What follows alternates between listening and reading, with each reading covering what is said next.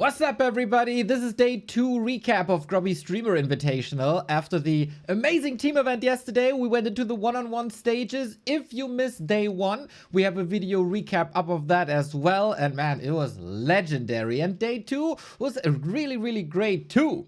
Because they won the team event on day 1, the team of Hera was allowed to choose its opponents, and therefore we got a bracket of Hera versus Tyler 1, Pox versus Yamato Cannon, Dantes gets the rematch against Mary Maybe, and Maxim will meet Mario 64 speedrunner Simply. The day started with the 2 team captains of yesterday, and it was Hera versus Tyler 1. Lots of hype going into this. Big names, big characters. The shit talking before the match was pretty damn great. So both players had their established strategies, right? DK, Lich, Ghouls and Destroyers versus Farseer, TC, Headhunter, and then various late game units on the side of Tyler 1. Tyler's instant harass was pretty dangerous, but eventually not successful enough. Small macro mistakes also slowed Tyler down, you know, a burrow laid here, a shop laid there, and Hera creeps successfully. Strong level 3 DK, and even catches a Farseer on the map who was a little bit lost on Northern Isles. Sweets around here. And for Tyler, it turned out it's pretty much the same as in the 2-on-2 yesterday. He is always trying to get to tier 3 and Tauren and Witch Doctors, but that tech takes a long time. Hera's push hits early, sets Tyler back big time. From here on out, it's just Hera's game to lose. He adds the Frostworm to counter the Tauren. Bat Riders are coming in for Tyler to deal with the heavy air units, but Hera's splits are actually pretty damn good, better than Focus is doing at, and so Hera secures the victory on game 1. Tyler on map 2 starts with better aggression. He's catching Hera at the Murloc spot on Last Refuge, and that spot is poisoning all ghouls. Plus, Tyler's League of Legends skills are coming in clutch, and he secures a double kill last hit. With a pretty classic happy move, Hera seizes the initiative again by pulling all the ghouls and fighting Tyler back during that tier 2 tech. This time though, we have a tech switch on Tyler's side. He doesn't rely on the Tauren anymore, but he stabilizes a lot on tier 2 with the combination of Raiders and Walkers. In addition to that, Tyler's creeping is actually really good. He's aggressively creeping Hera's shop, steals the potion, gets some big reward, and in the first big fight, Tyler shows some great stomps, destroys most of the ghouls, but Hera strikes back with a big destroyer push. Tyler then recovers, pushes into upkeep, moves across the map. This is a crucial moment here. Hera is creeping and expanding, but Tyler misses both. He goes for the main, which actually turns out great because the Boneyard is constructing, super exposed, gets killed. Tyler falls back a bit. Hera joins from the right-hand side. They're forced to fight. Tyler's Orc forces here a bit too strong, stomps Hera, and in the process finds the expansion and kills it. Tyler got the game in the bag now, expands himself, creeping up, survives yet another big fight. Hera isn't giving up at this point, but makes a crucial mistake. He starts the Lich revive, but accidentally cancels it, playing now minutes without the biggest damage dealer that he got in the army. Tyler is unstoppable, ties up the series, banger game. Map 3 is Autumn Leaves, and it decides it all. It's a lot of back and forth on even level, but one crucial moment happens. When both players are at even army, Tyler needs one more hit to kill the Lich, but Hera eventually survives on 11 hit points. Tyler after the fight feels a little bit too confident regardless and expands when Hera is building up a 50 food army. The undead are now stronger, and in the fight for the main, the Farseer takes an unfortunate break. Hera breaks through, kills the Great Hall, and Tyler now contained in his base. Hera is expanding, and the series is unwinnable for Tyler at this point anymore. 2-1 for Hera, and he advances into the winner bracket semifinal. In the series of Maxim and Simply, we got the German variety streamer with League of Legends roots against the Mario 64 speedrunner. Both players are on pretty much even MMR. Maxim came into the tournament with more RTS experience, but Simply grinded pretty hard, got coaching from Kevin and Cithran from the gym community, and established a very high level of play. Maxim, on the other side, had not too much time, is relying on an easy-to-execute Pally Rifle strategy, while Simply goes for the Demon Hunter and the standard Dryad Bear combo. The games can be summed up pretty easily. Maxim's early game is solid, but in the final pushes, he forgets to bring the militia. Simply great resilience and shines with good Demon Hunter execution, bears as well, redo all the time, holds the push, and from there on out, wins. While Maxim is showing improvements throughout the series, his heroes are constantly too exposed and get killed multiple times. Simply is just better and takes the series. This brings us to the winner bracket semi-final of the two winners, Hera versus Simply. This is the winner's match and it is a rematch of yesterday's team match where Simply showed really good early games but fumbled a little bit in the late game. This time, it's all different. Hera takes a more defensive approach against the Demon Hunter. Defense early harasses. Simply's creeping then gets rewarded with an amazing item, Rune Bracers.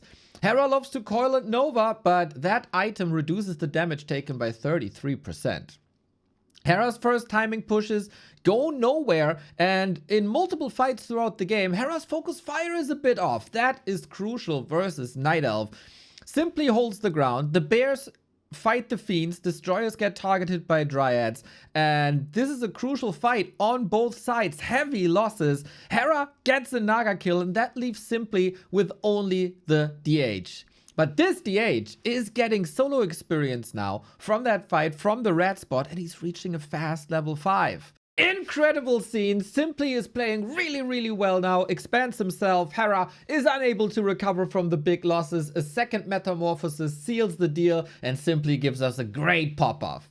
And can you believe this? It happened again. On Autumn Leaves, the game is in Hera's hands, but it's still close. Simply defends the ghoul push as well, doesn't fall back like in the team game yesterday. Afterwards, we get a little bit of a creeping phase and another crucial mistake. Hera loses his DK. This gives Simply the time to recover and create a monstrous Demon Hunter once again. He expands, and in the fight for Simply's Expo, Hera is so close to kill Simply's carry, but Metamorph magic! Hera is down in the lower bracket, Simply gets revenge from yesterday, causes the upset of the tournament, and now secures a top 3 finish. Afterwards, we go into a lower bracket. The fight for survival is on. Tyler won versus Maxim. The characters couldn't be any different. It is the fight for elimination, and Tyler is known for hating Maxim's Pally Rifle strategies. Still, due to the higher level of skill, he comes into this as the favorite. The early game harass is really great, throwing Maxim off, prevents any creeping, and even kills the paladin at a crucial moment. A desperate push doesn't do enough damage. The militia arrive too late again, and Tyler's Tauren clean it up. On map 2, Maxim's defenses look a lot better for the first time also. The militia gets called at the right time, but Maxim's mistake of the Simply series repeat. The heroes are too exposed and Tyler punishes it immediately. Big T 2-0 advances and Maxim has been eliminated. We now go into the other part of the bracket where it is the top seed Yamato Cannon versus the Warden hero Pox. Yamato goes into this as slightly the favorite. He has more games played and has some great coaching. And after yesterday's losses versus Hera, he went into a 4-hour coaching session with Death Note, got his ass whooped, and then specifically targeted Pox's dangerous Warden. Yamato's scouting is good, towers up, but that's not stopping Pox's ARPG hero control. The Warden kills more and more workers. Yamato's tanks arrive really late. Team fights are almost non-existent here. It's all about the economy harass. Zeppelins drops into Pox's bases, do good damage, but Yamato seems a bit overwhelmed with all that required macro that you need with tanks, and Pox holds again and again with good responses like many Ancients of War. And eventually, the Warden reaches level 6. This madness goes on for 10 minutes. The leads in the game change several times, but even though Yamato takes out one expansion, it's not enough to break Pox. The heroes are just too strong, the defenses are too solid, and when Yamato sees 2 main buildings at the top gold mine, he's had enough and taps out. The big favorite struggling now, but Yamato also knows Pox relies on creeping and he's trying to attack early. But after game 1 was already a loss, this early game turns out a disaster. Fan of Knives kills 3 footmen, leaving Yamato with 0 momentum. And to add insult to injury, the Warden is terrorizing the economy in the main.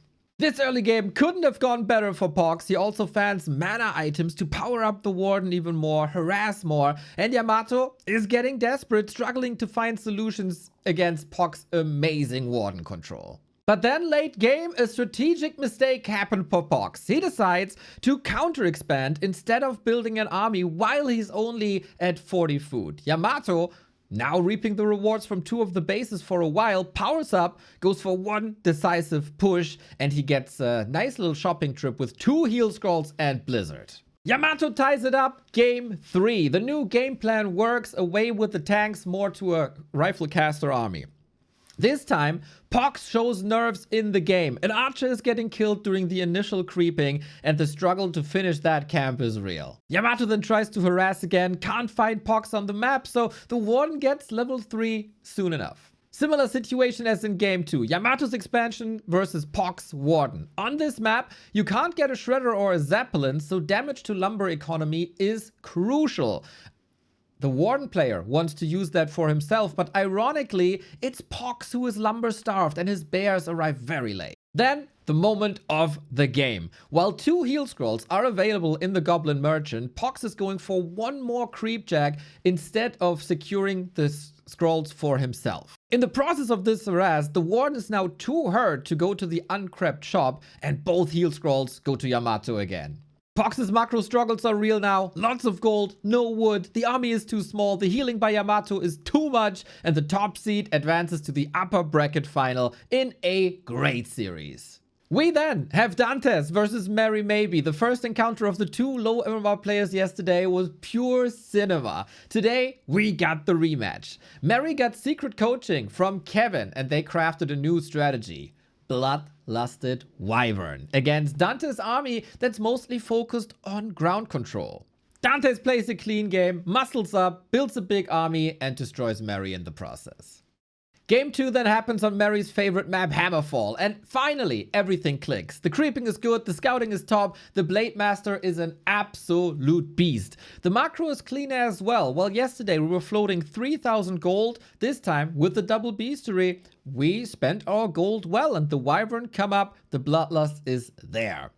Dante's expansion attempt gets killed early, and this time Mary showed great hero control once again and is killing Dante's heroes off. Mary is now unstoppable. Unga Bunga Warcraft destroys Dantes in the base.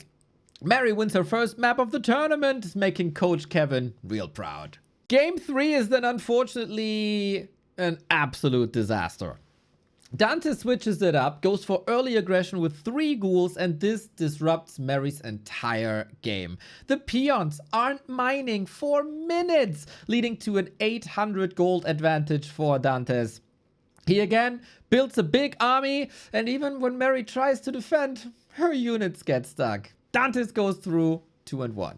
Yamato versus Dantes and Pox versus Mary are now a bit imbalanced due to the initial setup of the bracket. Yamato and Pox are both the big favorites. They have like 1,000 MMR more than their opponents, and both leave their opponents no chance at all.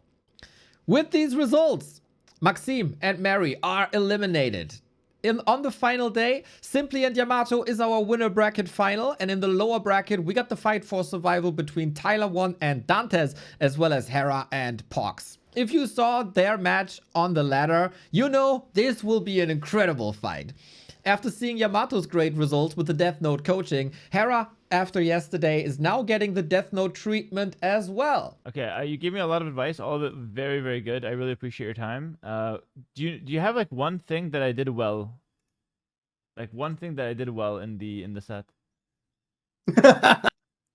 You want some compliment? No. You will not give you compliment, bro. Only one good thing that you did well is you just try to, fight the most, scary coach, the most, relentless coach. Relentless.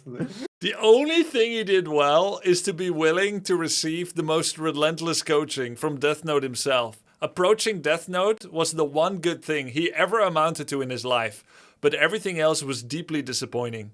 Fair enough. Hope you enjoyed the recaps, everybody. The final day is today, and we will crown a winner. Hopefully this prepared you well for that final day. It is a lot of work to put these all together, so if you want to reward us with a like and a subscribe, that would be great. Let us know, everybody, who's your favorite of these remaining players? Who are you rooting for? And who do you think will win it all? See you on the live stream today. Take care.